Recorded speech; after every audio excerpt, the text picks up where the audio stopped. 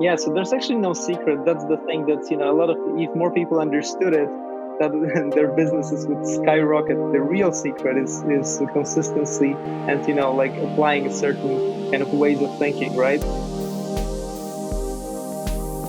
You're listening to Ecomonics, a Debutify podcast, your resource for one-of-a-kind insights into the world of e-commerce and business in the modern age. This is Joseph. I'll be presenting a wealth of industry knowledge from interviews with successful business people and our own state-of-the-art research. Your time is valuable, so let's go. Matt Panek, it is good to have you here on Ecomonics. How you doing today? How you feeling? Hey, Joseph, awesome to be here. Super excited. Same here. I was excited to talk to you. I checked out what your operation is up to, so I definitely have some questions specific to that. And it is exciting just to see how big the industry really is, because every time I meet somebody, it adds another piece into the puzzle, and I say, "Wow, okay, now I understand how much more influence there really is." And I also just wanted to ask you, what time is it right there in Dubai? It's actually, I need to double check. I currently operate across 3 time zones. Okay, it's actually 5 p.m. 5 p.m. Yeah. Okay. Yeah, just to our audience, I don't know how often that they're like engaged in the video. No, not. I'm in that same way too. If I'll throw something on, then I'll minimize it. But take a moment, just like look at the background, people. It's just fantastic to see. Took my breath away for a second there. All right. Yeah, you can imagine how excited I actually am. So last month I moved to Dubai from Poland, where we have, like a massive lockdown, probably like in most of the world right now. So I'm super excited to be here with the sun and and almost no restrictions. Yeah, all right. Well, since I brought it up, the opening question is for you to tell us what you're up to, but we're gonna like put a pin in that for a second because I just wanted to hear like, was your decision to go to Dubai based on the lockdown restrictions? You just wanted some of that old school freedom back? Weather and taxes. Okay. Check it out. Definitely good for drop shipping as well. Okay, yeah, that's totally fair. All right, so pulling the pin out. Tell us what you do and tell us what you're up to these days. All right. So I'm actually the founder of SalesGenomics Co. UK, which is an e-commerce growth hacking agency. So what we do is we help e-commerce stores take things to the next level, and we are proud to have actually generated over $35 million in direct-to-consumer sales for our customers in 2020 alone. A 35 praised million. partner. We've run ads for companies such as Colgate, such as Perco or Silvercut. If you guys are into drop shipping and things like that. And yeah, so we are running a completely decentralized operation, 70 plus people with zero physical office. And, we kind of, I feel, embody what we believe in, which is the lifestyle of freedom that e-commerce businesses and dropshipping businesses allow you to have. And you mentioned Colgate in there too, right? Colgate, as in the toothpaste manufacturer. Correct. Yeah. Great. So I want to ask you about that briefly because one of the things that I noticed lately is that there's this challenge, and it's a very like unconscious level because I don't actually know if the e-commerce industry at large is thinking about it, but I think this is happening on a subconscious level, which is the challenge of bridging the gap between e-commerce brands and what I would describe as household brands. So how soon into your career, or at what point did it take place through Sales Genomics Foundation to today? Were you able to secure work with something that, for lack of a better term, people recognize and already have some affinity with?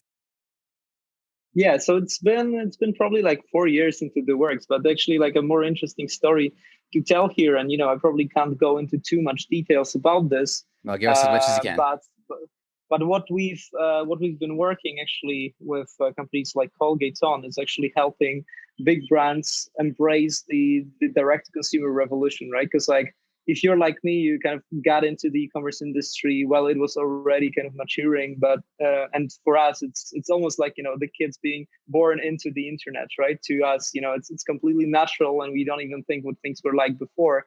But what we actually need to realize is that never before, up to maybe, like 20, 30 years ago, it was almost impossible to, come up with a product and just sell it directly to a huge amount of customers and grow a brand that's going to be $100 million brand. Like you even big brands like, I think, Colgate, right? They were usually basically left at the mercy of the retailers, right? So, such as Walmart and stuff like that, in order to distribute their products to customers. And, the reason that, companies were growing so big was actually, like they were capturing all the benefits of, negotiating with the retailers, getting better shelf prices. If a retailer doesn't like you or you don't get a good deal for them, they'll put you down on the shelf and your brand stops existing, right? So now basically with all the tools of e-commerce, brands can really start selling directly at very little to, very little cost of very little barriers to entry, right?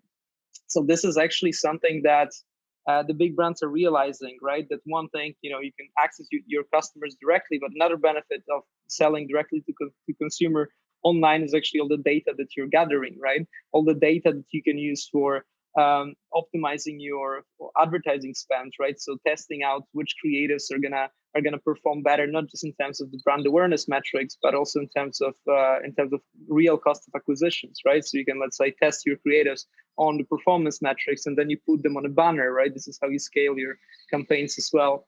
Another thing is you can really get to know who your customers are by, running split tests in different audience groups and see what kind of messaging resonates with that audience group, right? So all this kind of data hub and understanding of your customers, even, things like the purchase behavior of long-term customers. How many times do they buy? When do they buy? What kind of products they buy across the catalog, right? So all those kind of direct consumer brands could really act as assets for the big companies and corporations to make all sorts of decisions. So, stuff like the acquisition of the Dollar Shave Club.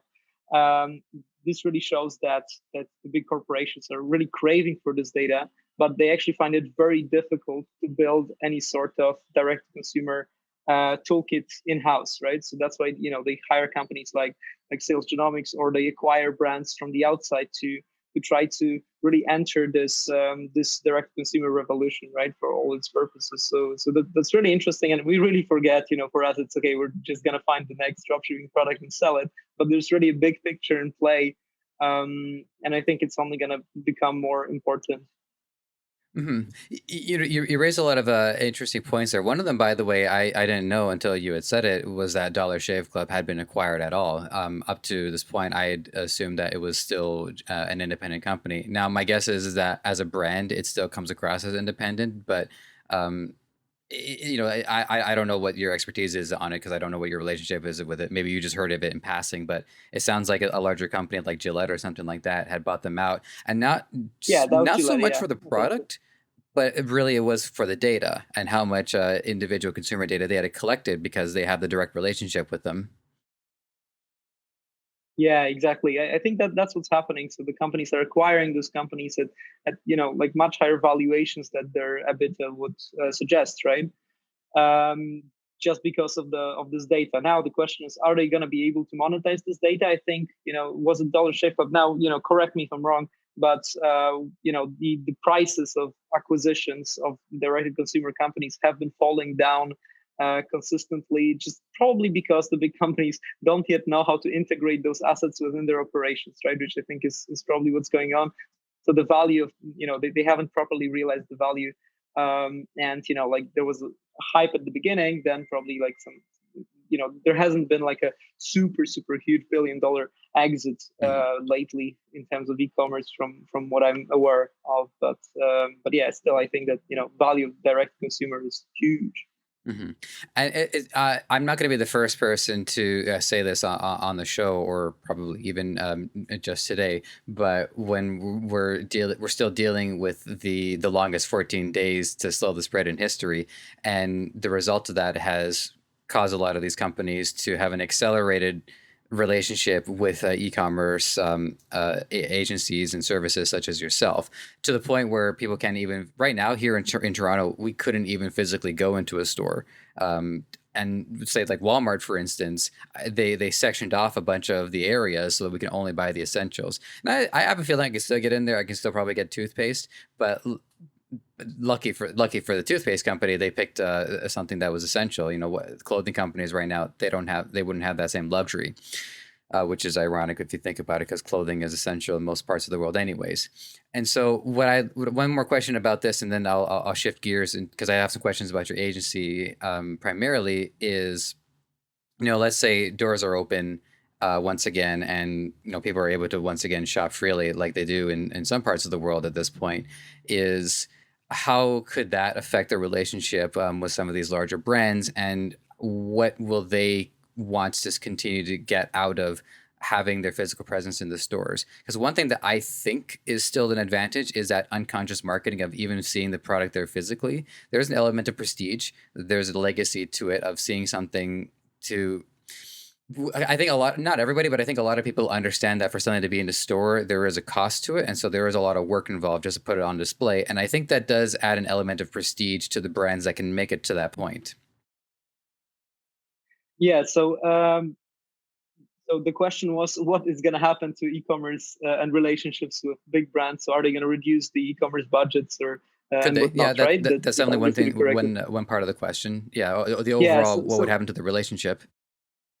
Yeah, exactly. So what I think is actually happening is that e-commerce, the way big brands think about it, right, is e-commerce is just part of the game. It's just one of the distribution channels, right? So in the same way that your own brand and your own storefront that you run ads to, it's one distribution channel. Another distribution channel is your let's say Amazon storefront, and another one is going to be your offline presence, whether it's a pop-up store or a presence in some sort of retail location, right, like Walmart, for example.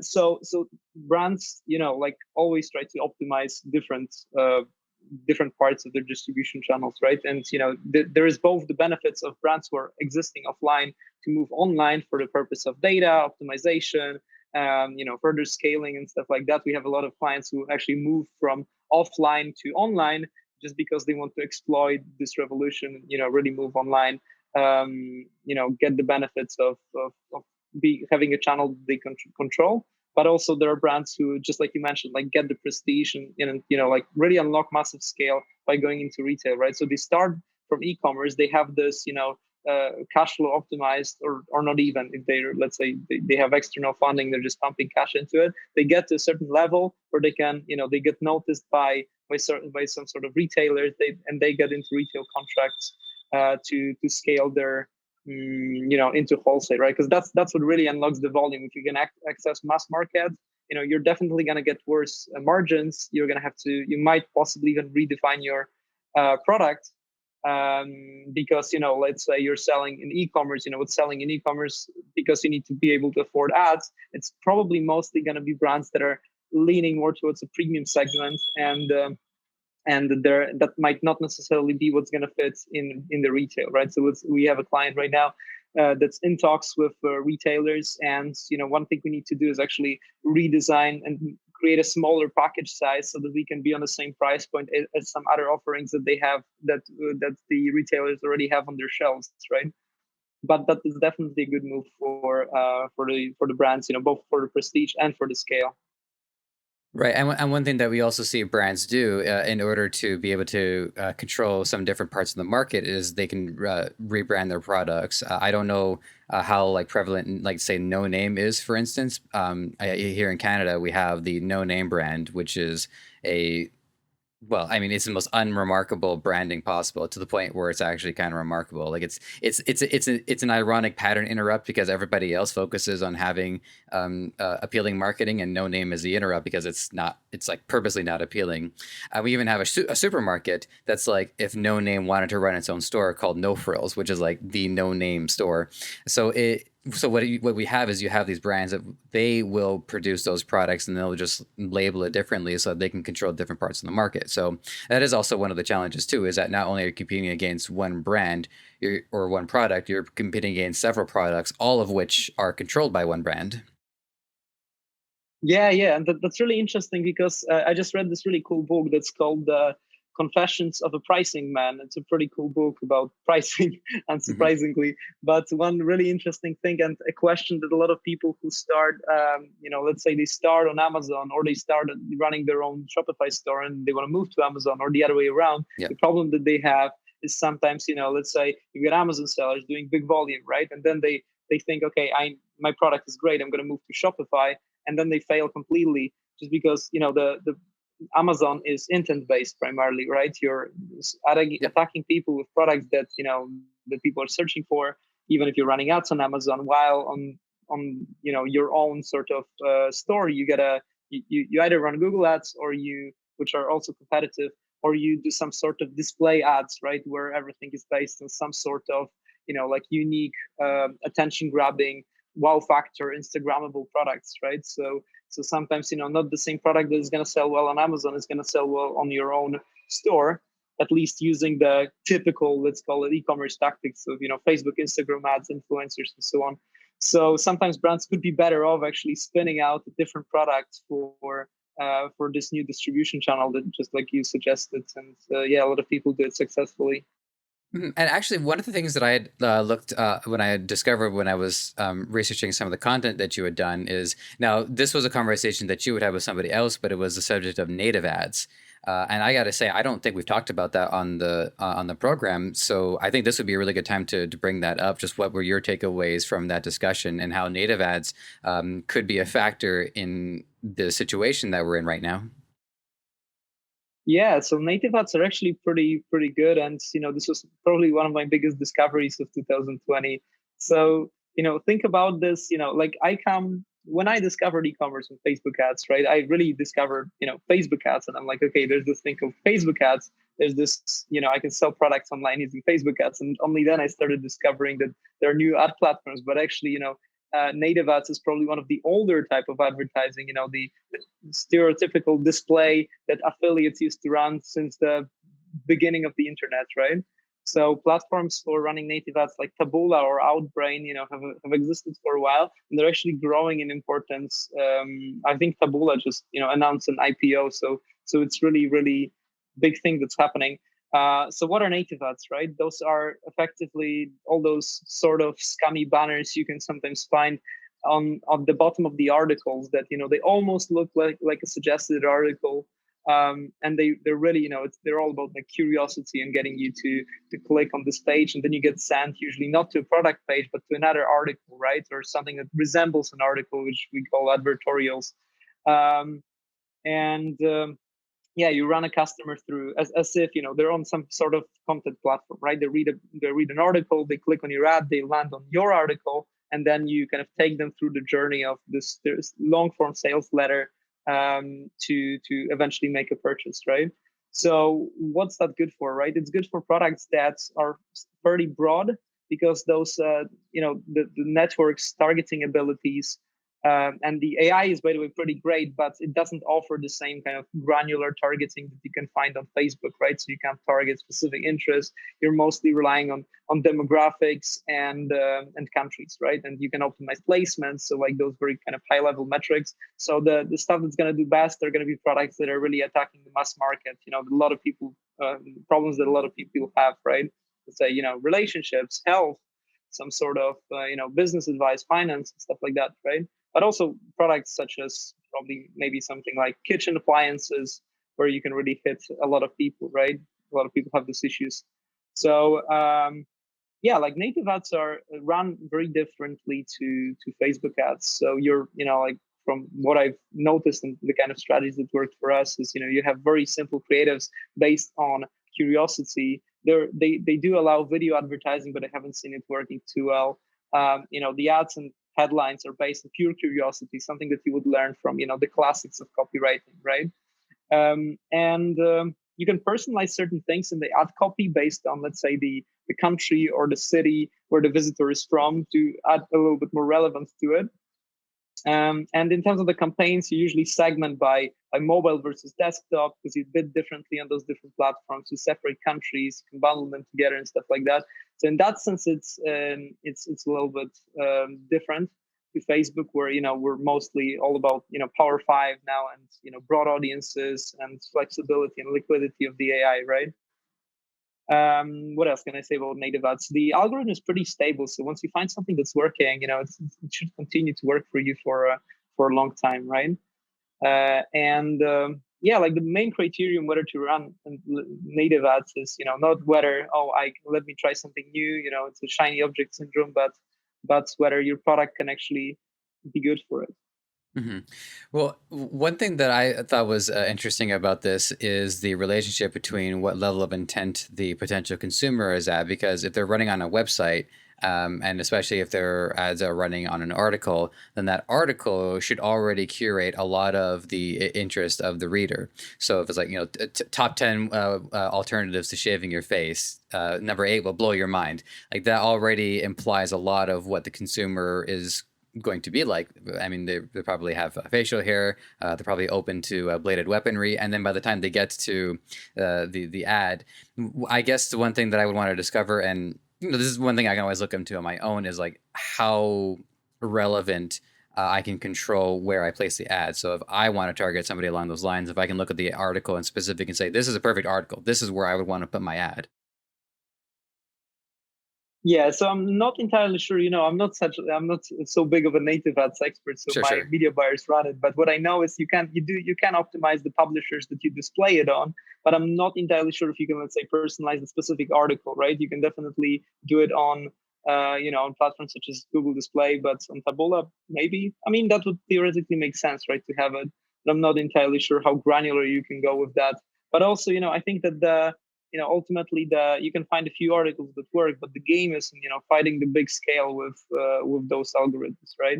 Right. Yeah, that's me. That's me speculating. I'm just imagining how that would have an interesting relationship between intent versus consumer warmth, because they're somewhat looking for solutions to it, but they're also hoping that they can look around the house for something to solve that problem. So I'll table that for when I get to talk to Taboola down the line.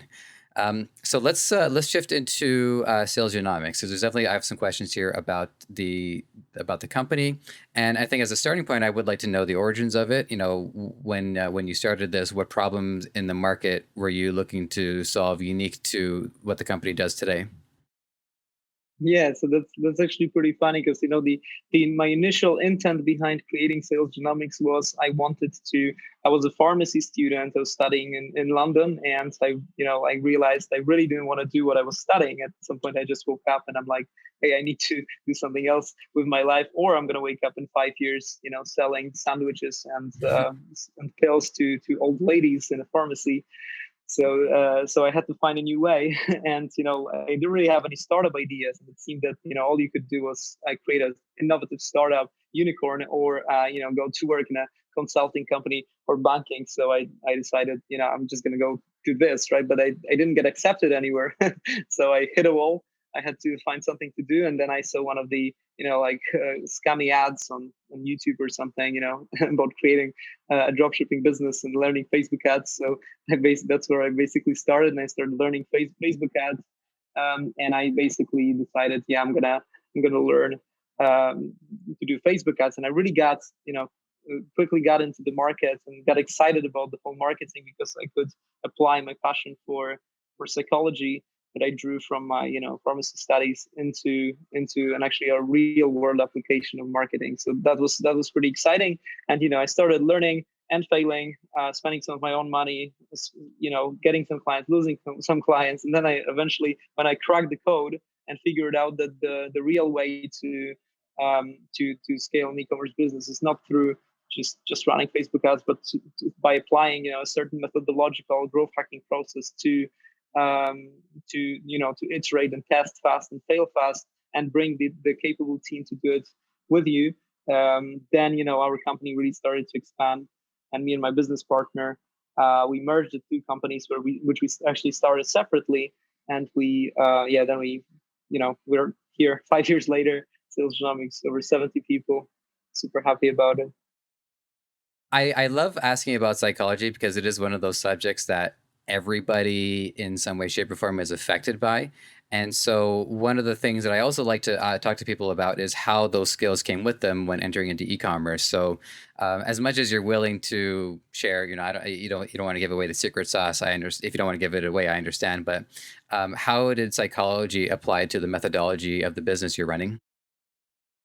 Yeah, so there's actually no secret. That's the thing. That's a lot Okay. of, if more people understood it, that their businesses would skyrocket, right? The real secret is the consistency and, like applying a certain kind of ways of thinking, right? So, in marketing, almost everything is a test, right? You got to understand that, you get to basically have a way. So let's take a step back. So the way we think about this, we're a growth hacking agency, and what that really means is that we're applying the principles that certain companies were using for growing tech startups like Dropbox and things like that, for e-commerce, right? So what do they really do aside from the things that a lot of people hear about, which is stuff like referral programs and stuff like this? But that's only a tiny part of what those companies actually do. What they do is we operate in a sort of cycle, right? The cycle is analysis, the cycle is ideation, prioritization, and action, right? So, and then repeat. So basically, we look at the data. We see, we see what patterns in the data we see. We optimize our data gathering procedures, see where the drop off is happening. Let's say, we have a certain campaign on Facebook. We see that what stacks out is the fact that conversion rate at between the product page and the add to cart is significantly lower than a benchmark that we would be expecting. Or and then we decide, let's see what could be the issue, right? So we generate a list of hypotheses, right? And we say, let's say, our product page is not evoking enough trust. Another thing is maybe this is a product that a lot of people already know what it should cost. Maybe we are priced a bit premium. How about we change the pricing or put some kind of offer? Let's say we increase the price and then we slash it, right? So that we set a different hook and make the price seem a little bit more appealing, right? And we generate a list of those sort of hypotheses, and then we decide. We basically rank things either in a more systematic or less systematic way, depending on how much you want to go into this. But we decide, this is the things that we're gonna test first, right? And then we run a test, we implement things, we gather the data again, and we analyze it again, right? If you think about growth hacking applied on the Facebook ads perspective, right? Think about creatives, right? So when most of the people, what they do is they I want to test more creatives. I know creatives are important for my campaign success. So what I'm gonna do, I'm just gonna order more creatives from my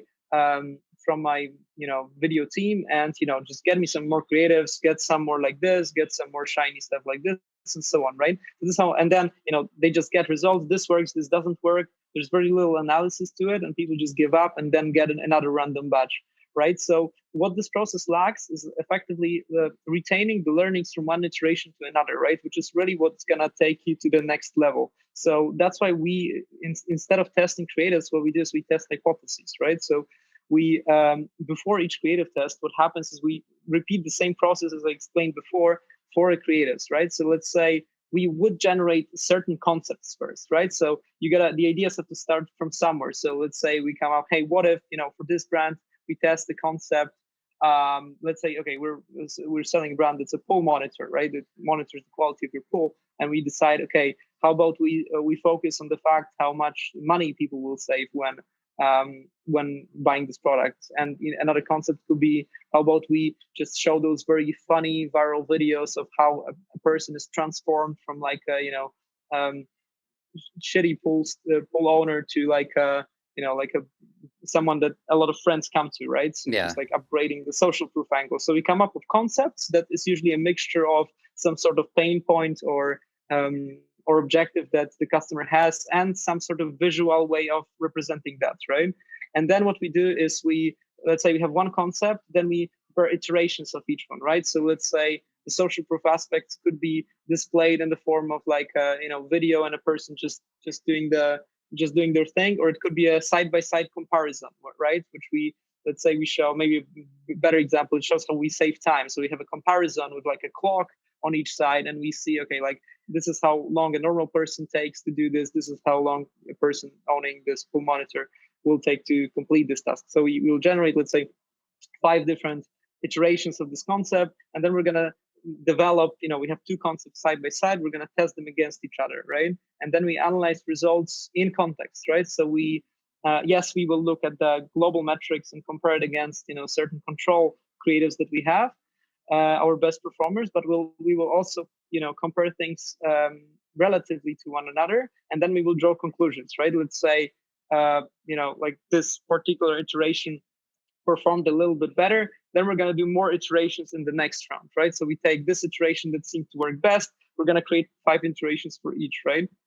And in this kind of iterative process, you really like, after let's say 10 rounds of these, you not only have a creative that works, but you actually have creative that is performing 10 times better than the initial one that you've made, right? So maybe it's less related to psychology, but more related to how this growth hacking process actually works, and why some companies are just like, when they get themselves into something that's working, all is good, but the real you only show whether your process is working when things get tough, right? Which they inevitably will in the e-commerce world. Well, I think you make a good point about, actually you make several good points there. Well, I mean, one of them is like how much of a element psychology factors into this. I think for me, just because it is my understanding, it's the understanding of the human mind. There's always an element of it, regardless, right? Advertising is conveying a message to somebody else. So I think on some level, it's a foundational aspect of it. The part that I enjoyed from your description here is how it seems to open up a certain mixture of creativity and also a logical thinking, because you're trying to understand what would be components of human behavior that could result in conversions. So going back to your example about the pool monitor, if somebody is wanting to save money, as you're describing that, the first thought that popped into my head is, well, if they have a pool, then they obviously have achieved some level of financial stability, because the pools are a luxury. So for them to save money, that raises a lot of questions about, okay, is this somebody who, despite in spite of owning this, they still try to maximize the value out of it, or do they always lean conservatively? I don't know if that was just like a hypothetical, but I guess I am wondering too, is like, in that particular example, was there a relationship between them conserving their finances while also being able to afford a pool in the first place? No, that was like a hypothetical example in terms of the Okay. those creatives. I'm not entirely sure, what are the drivers, the underlying drivers of the customers. But coming back to psychology, I think psychology and the basics of marketing. So I really consider copywriting as the foundation of all marketing, right? Really understanding the customer psychology. It's really what it's based off, right? So I really recently had a really interesting conversation with a friend, and we were saying how basically like a lot of marketing is built on sort of inefficiencies, right, that people exploit. So let's say you're the first company to use Facebook ads to market their product, right? And even though your product is pretty much the same and your marketing is very basic, you're gonna do well because there's just no competition. Or in general, you're one of the first companies to run Facebook ads. Your CPMs are $1, and you can sell anything, right? Yeah. Then things become like 10 years later, your CPMs are 50. You cannot sell your product anymore, right? You have to like pack your store and go sell somewhere else, right?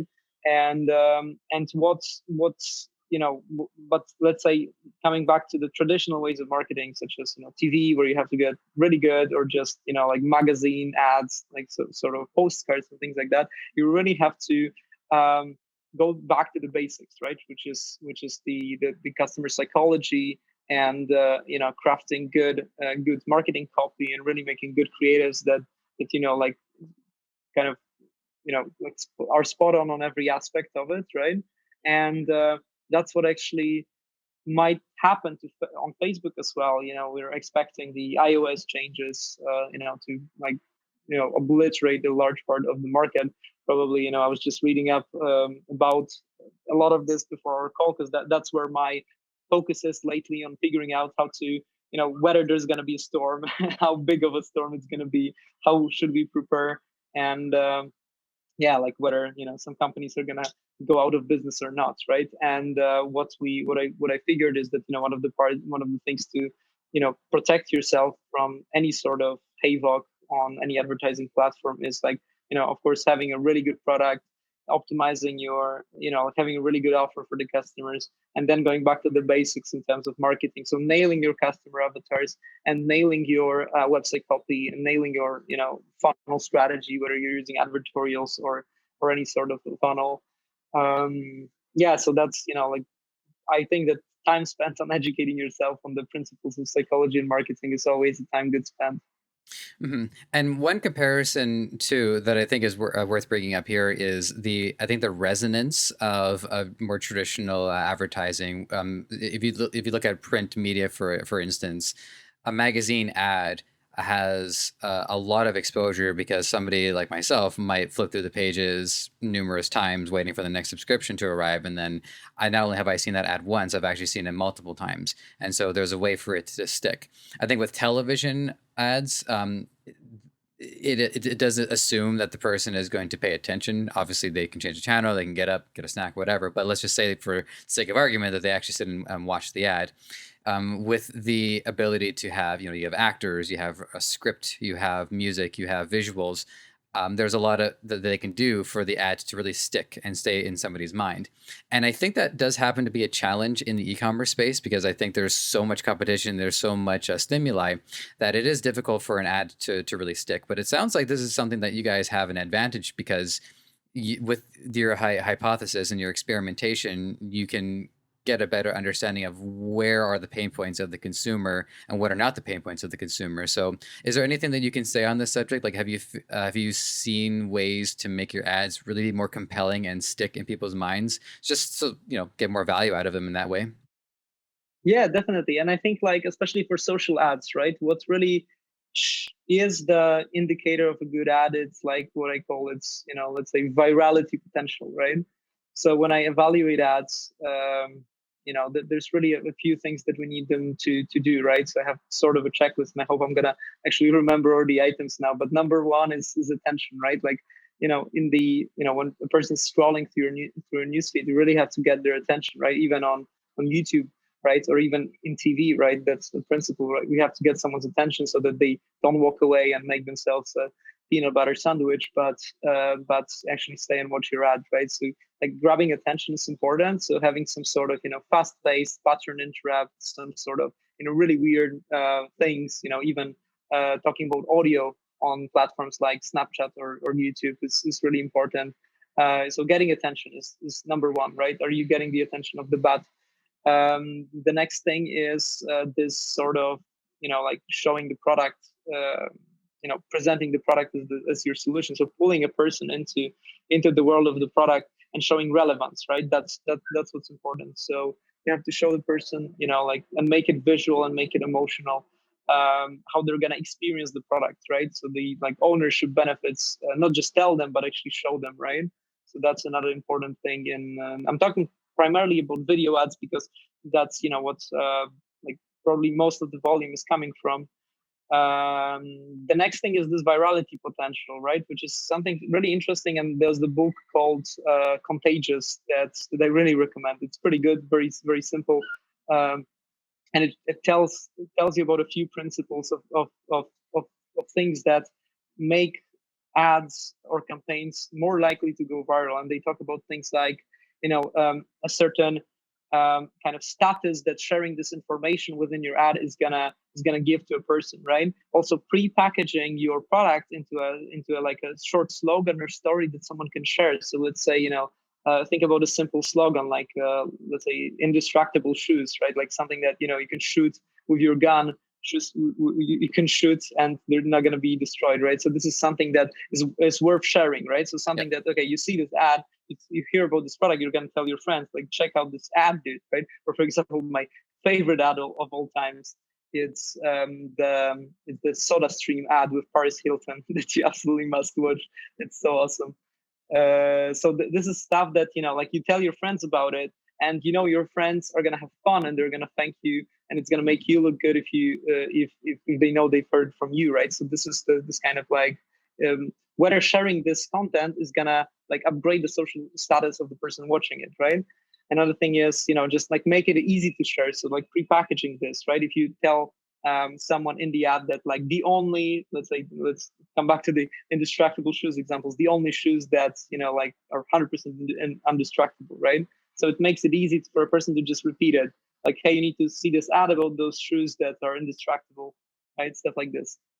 What else was there? Just in terms of availability, right? I mean, maybe that applies more to products than to marketing campaigns, but generally something that you see a lot, that can remind you of this product that people see a lot throughout their day, is gonna be more shareable. So if you look at your computer every day and so an ad that shows me my computer, then maybe I'm going to be more likely to remember the ad and to share it when I'm with friends, when I look at my computer, right? And yeah, and principles like that, I'm not going to spoil the whole book, but it's really worth reading this stuff. If you start implementing those sort of principles in your ads, you're going to see massive benefits. Mm-hmm. I think some of it also too is about the the cultural landscape of the time. The one internet ad that really sticks out to me was going back to the Dollar Shave Club, is because I think really that's like one of the first internet ads I remember seeing, and it was so influential that it just became an amusing video to watch in its own right. And in this time, and respectfully, things it got rather PC around that point. So for this guy to come out and say, "Are our razors good?" No, they're fucking great. And so that alone is like, it sticks out. I must have seen that 10 years ago, and I still remember it just because of how distinct it was compared to everything else that was going on at the time. Yeah, this ad is pretty good. But like one thing we have to remember is that most of the people, let's say, most of the e-commerce owners doing less than 7 figures, they are not going to be able to afford those sort of productions. So Yeah. how on earth do you make something that's going to be powerful and profitable for you, right, without breaking the budget? So that's important to say, that you don't need to have a cinematographic production. In fact, sometimes those cinematographic production actually don't work as well as people imagine, right? So the thing about marketing and creatives is that once people see something over and over again, and everybody follows the same ad structure, then they almost stop working, right? So that's why you have to constantly experiment and just constantly monitor tools, like monitor your competitions on tools like Facebook Ads Library, or all those ad spying tools, and see what kind of cool stuff new brands are doing, right? So for example, like I've made a list of like 55 brands that you can follow, because it's not just about following the brands that are your immediate competitors. It's actually about following like all the top e-commerce brands, some brands that you just like their ads, and seeing what kind of new concepts they're testing, and thinking how you can apply it to your niche, right? Something that's new, something that you haven't seen.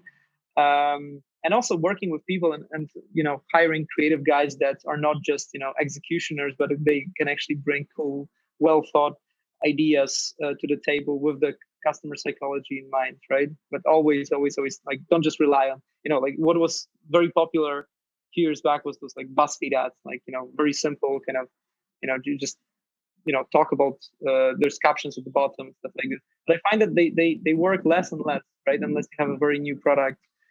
So we constantly have to search for new concepts and formats that are going to be killing it. Mm-hmm. So I am watching the time, and I know that I only have you for another 10 minutes. So there's a couple of other things I just want to make sure that we got to while I still have you. And by the way, thank you for being here so far. This has been a lot of interesting insights for myself. And I may or may not have like pulled up the Paris Hilton video. I was tempted to just like screen share it just for the episode, but I'll skip it because we're on the clock here. But for people looking to work with you, what would be the bar for entry? I guess some of it has to do with the mission of the company, but also has to do with where they're at in at what figure range that they're in at that point. Right. So I think that the main things that we're looking for in our customers is not even necessarily their size, but whether they've got some sort of like capability to scale. Right? Because like sometimes we are working with startups who have some sort of external funding. Like funding is crucial. Like don't get me wrong. Like you have to have some sort of cash, especially to work with an agency, right? And I really don't recommend to anyone to work with an agency unless you're making sort of consistent cash flow, or you have some sort of external backing, right? If you're starting out and you want to work with an agency, that's probably not the best bet. If you're bootstrapping and you're drop shipping, like it's really like important to learn marketing by yourself, right? Because you think it might sound great, oh, I'm just going to outsource it and stuff like this, but most of the people, including marketers, they have no idea what they are doing, and it costs a lot of money and takes a lot of time to put together a team that has the capability that you need to to take business, to iterate on so many levels, because when you're starting out, you need to be growth hacking on every front, right? So like if you're bootstrapping, definitely learn your marketing skills, right? But if you do have some sort of success, let's say you're making even $30,000 a month consistently, and you have some product that has some uniqueness to it, ideally you already passed the stage of drop shipping, you've white labeled your product, you already ideally have some sort of innovation to it, right? Then we can definitely have a chat. Check out our website, salesgenomics.co.uk, and we will first of all check if we can help out. That's the number one step, right? Because for us it's an opportunity cost, or our teams either work on a project that's going to work out, or they get pissed off and just tell me that we should have never we shouldn't take this this brand, it doesn't have the potential to scale. Mm-hmm. So we always pay attention to who we work with, and we're gonna tell you right away. Yeah, and there was actually you reminded me of a point that I was going to make earlier, just about the challenge of resonating with the audience compared to print and media. And one thing that I wanted to say to that as well is also the uniqueness of the product, because it's choosing a winning product in dropshipping country is tantamount to success, and a lot of it is just the ability for it to be new. Whereas in a lot of other spaces, going back to Colgate. They're selling toothpaste. Most people know what toothpaste is. It's not a pattern interrupt in their life. That problem has been solved. We're just now, it's a competition between who are the better solvers. Car ads are obviously very popular. Most people know what a car is. So it's a challenge of which car is right for the consumer. So you don't see as many novel products or any new problems being solved on these traditional mediums. What you see in this space is a lot of new products, and that alone allows them to stick out in people's minds as well. And then the other thing that I wanted to say too is I one of the things I appreciate about your metric for who's ideal to work with is that they have to have some prior experience with advertising, and they also have to have some experience with successful advertising in order to get to a point where they can have a more even-handed conversation with you, rather than them just asking all the questions and putting all the pressure and onus on you to deliver on something when they themselves, they don't have that many resources they can really give. So that's, I think, an important part too, is that in order to seek a service out, you should have some experience yourself as how for it to be effective. Makes you a better customer, makes you a better client. Yeah, exactly. And makes you also, more in control of your business, right? Like that's, marketing is like so crucial. It's in dropshipping, is gonna make or break your business. It's there's no skipping a step if that's your way, right? It's a different way when you have an innovative product and you're raising capital and you have to focus on other stuff, right? Right. So, and there's one other thing that I found very distinctive about your service, which is how it differentiates from the structure of a typical agency. Whereas in a typical agency, an account manager services the clients, and then the work is assigned to different departments. You have art, you have creative, and I'm basing this off Mad Men, to be honest with you. Versus your agency, I looked at the web of it, and it was more decentralized. There seemed to be a lot more of a relationship between all the different departments. So, what makes the mechanism of your agency stand out from other agencies? Yeah. So what I think is, there are two types of agencies. Let's call it, right. There are big media houses with this kind of very kind of siloed departmental structures, right, and they are boutique agencies that effectively, like, especially boutique growth hacking agencies, that they gather a team that's perfect for this project, right, and then this team works very closely together on sharing information internally, iterating very fast, right. So this is, we basically have like those growth teams that are built for particular clients, and those teams they work very closely on those iteration cycles, on those growth hacking loops to make this possible. And we find that this sort of arrangement just makes people, especially creative people, more creative, because they can focus on those clients, right? And they can really dive deep into the customer psychology versus thinking, okay, like, what do I have to do next? Who's my next client? What's my next task, right? So this is this sort of setup is, it's more resembling or having a sort of like an in-house department, right? Right. Okay, and I'm sorry, I'm just trying to decide if there's any other key things that I want to ask you before I let you go. And so, there is one other thing that I also found distinctive about the agency as well. Actually, there's a number of things, but I'll have to end on this one, which is also the way that people working with your company are treated. It seems to be it's very deadline focused, and it really gives people as much freedom as possible, and so that allows them to just focus on the work kind of on their terms. And what I would like, and for I think that's great. And what I would like to know is maybe compared to some of your previous experiences, is how have you seen that fare in results? Have you seen that the overall satisfaction of the employees has really like improved and enhanced the work, the quality of the work that they provide? Yeah, definitely. So it's really amazing to be able to, and for me it's normal, right? But then when I so this is something that felt like the only natural solution, right? To have a workplace where you basically have, like there's no fixed hours, there's no 9 to 5 expectations. You can take vacations, however much you can, and you're gonna still get paid, right? Nobody is bugging you except for the calls that you have scheduled. So this is a great workplace that I always wanted to have, and we just built it, right. And I think what it does is it does screen out a certain portion of people, because there's some people come to the company and they say, oh my god, it's chaotic, like what should I do next, and I really don't know what to do, right. Because let's say the onboarding is never perfect, by the time we perfect it, it's already outdated. Yeah. So it's like you really, from the moment that you enter the company, you have to be able to find your own way, ask the right people and stuff like that. But it also what makes it exciting, and I think we attract the people who value the freedom and responsibility, and who really just want to learn from the best, be with the best, and just have an exciting kind of lifestyle, whether they just want to have the freedom and be with their family, or they want to travel the world and while working, right.